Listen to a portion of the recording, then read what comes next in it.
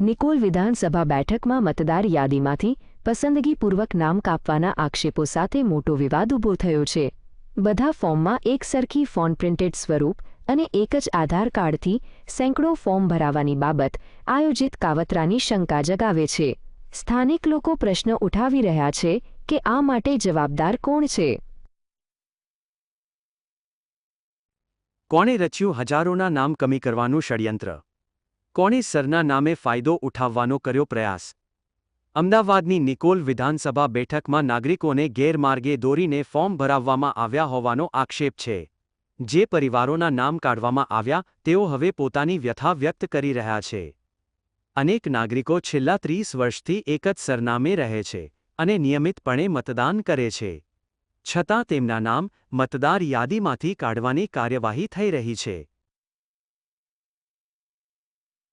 हम लोग 30-32 साल से यहाँ रहते हैं और हमेशा वोटिंग में हमेशा लिस्ट में नाम आया है.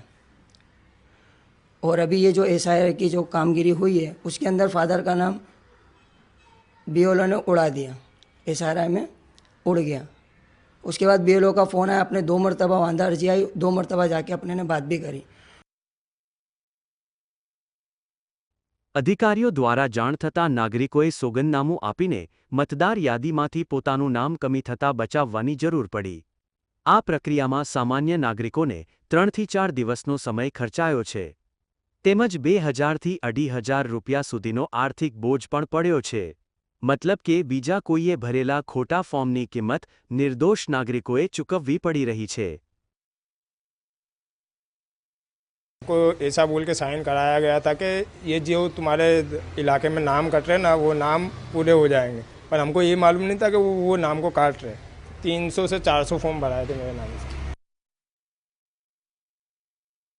બધા ફોર્મમાં એક જ ફોન્ટ અને પ્રિન્ટેડ સ્વરૂપ જોઈને આયોજિત ષડયંત્રની શંકા વધી છે. સ્થાનિકો ઉચ્ચસ્તરીય તપાસની માંગ કરી રહ્યા છે. પ્રિન્ટેડ ફોર્મ એક જ ફોન્ટ અને એક જ વ્યક્તિના આધારથી સેંકડો ફોર્મ ભરાવાની પ્રક્રિયા સંગઠિત ષડયંત્ર તરફ ઇશારો કરે છે. આ મામલે સ્થાનિક નાગરિકો રાજકીય હિત માટે લોકશાહી પ્રક્રિયામાં છેડછાડ થઈ રહી હોવાનો આરોપ મૂકી રહ્યા છે. તેઓ તાત્કાલિક ઉચ્ચસ્તરીય તપાસ તથા દોષિતો સામે કડક કાર્યવાહીની માંગ કરી રહ્યા છે.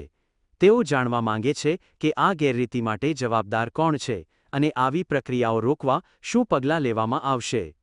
ધવલ બારોટ, GSTV, અમદાવાદ.